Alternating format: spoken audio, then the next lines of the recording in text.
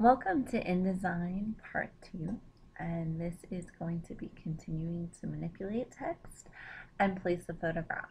Now, we placed our article that Camille wrote on Lauren Thomas last year about the dance company.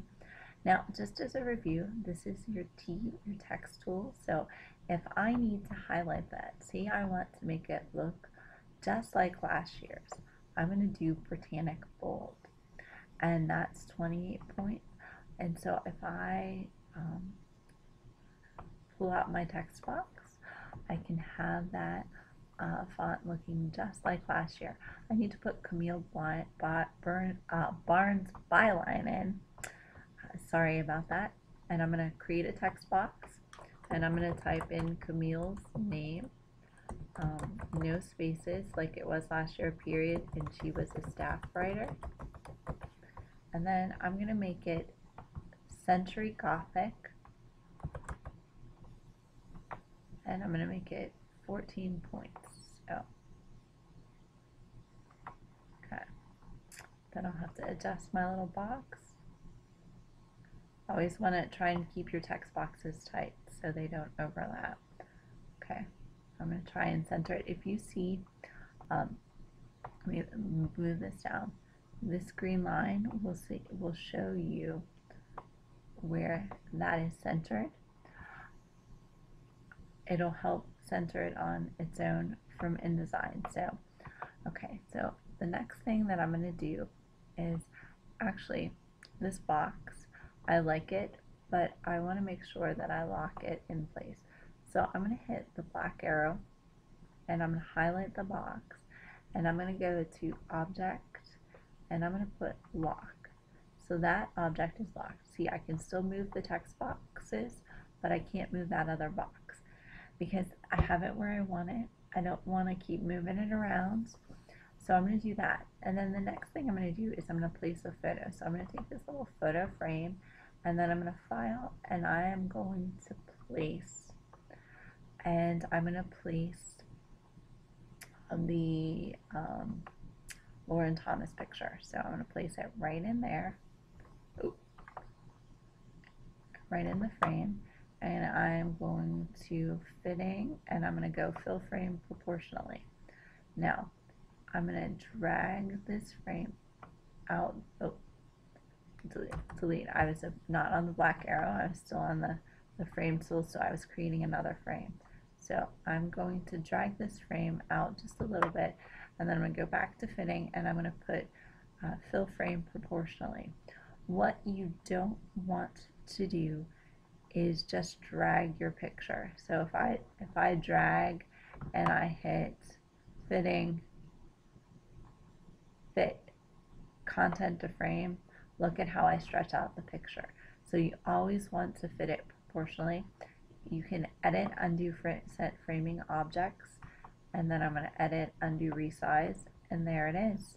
I'm going to put a 0.5 black stroke line around this particular picture.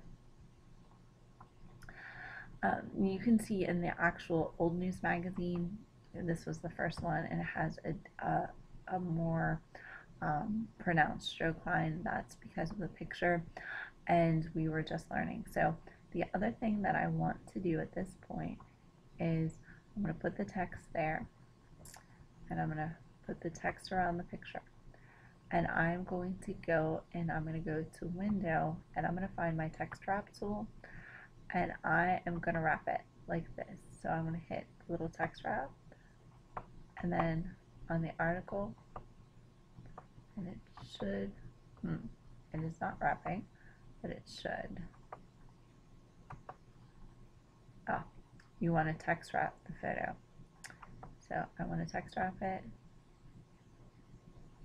like,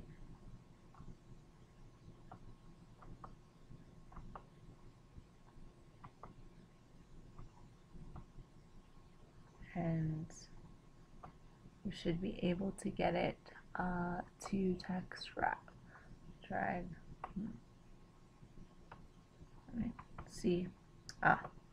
So I want to make sure that this is not text wrap, but the picture is, and you can see that it is now text wrap. So you don't want your article to be text wrap, but you want your picture. So I have a little bit of work to do to resize this and to make it fit.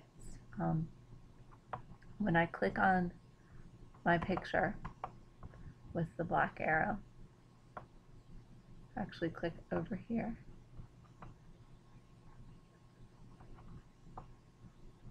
and I'm going to give it a point.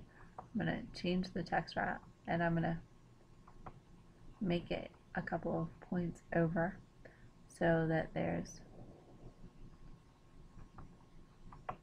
a little bit more space.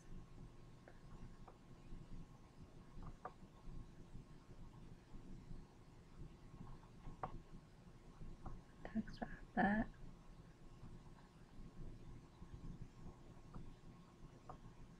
Okay. Okay, then I'm going to pull that over so it should have a little bit more space.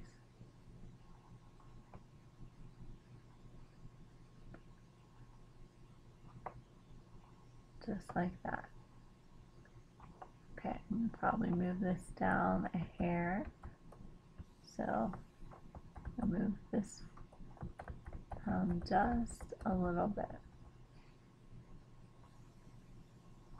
And if you're really worried about lining things up or tend to be a perfectionist like I am, you can pull a little ruler down there and it'll show you where the lines are. So it's pretty close, and that's how you place a picture. That's how you use text wrap, and that's how you adjust text. So this concludes part 2 of the InDesign tutorial.